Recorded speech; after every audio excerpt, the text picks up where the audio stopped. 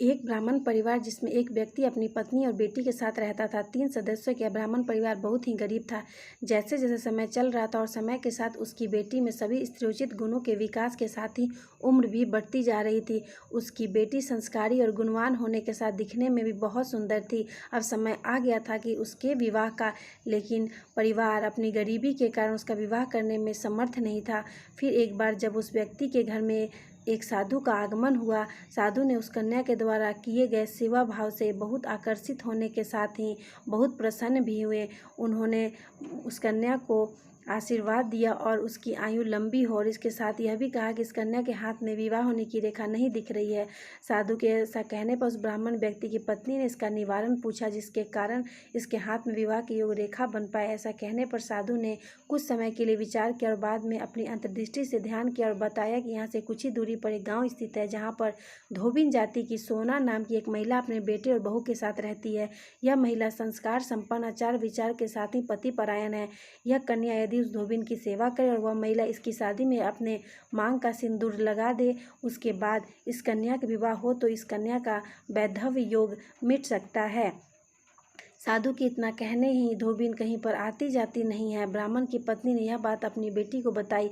अगले ही दिन प्रातःकाल में वह कन्या सोना धोबिन के घर में साफ सफाई और घर के सभी काम करके वापस घर आ जाती। ऐसा हमेशा करना शुरू कर देती है।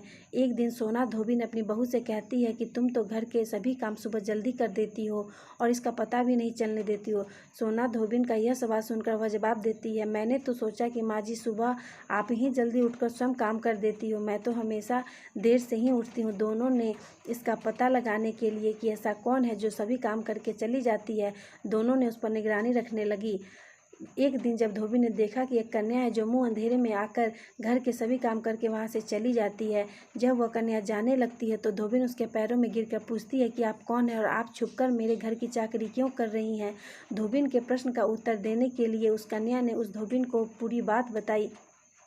पति परायण होने के कारण उस धोबिन में बहुत तेज था, इसके लिए वह सहमत हो गई। उस समय सोना धोबिन का पति स्वस्थ नहीं था, इसलिए उसने अपनी बहू से कहा कि वह उसके पति का ध्यान रखे जब तक कि वह वापस न आ जाए। धोबिन और वह कन्या वहां से ब्राह्मण के घर आ जाते हैं। वहां जैसे ही सोना धोबिन उस कन्या की मांग में सिंदूर लगाती है, धोबिन का पति मर जाता है।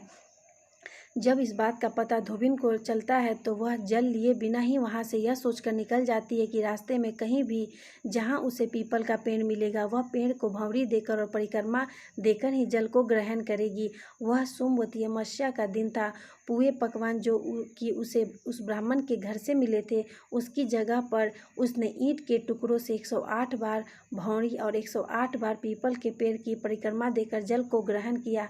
ऐसा करने पर उसके पति की पुनः जान लौट आती है। इसलिए सोमवती अमावस्या के दिन से शुरू करके जो व्यक्ति हर अमावस्या के दिन भौरी देता है, उसके सुख और सौभाग्य में वृद्धि होती है। दोस्तों, आपको ये कहानी कैसी लगी? अच्छी लगी हो तो मेरे चैनल को एक लाइक और सब्सक्राइब कर दें।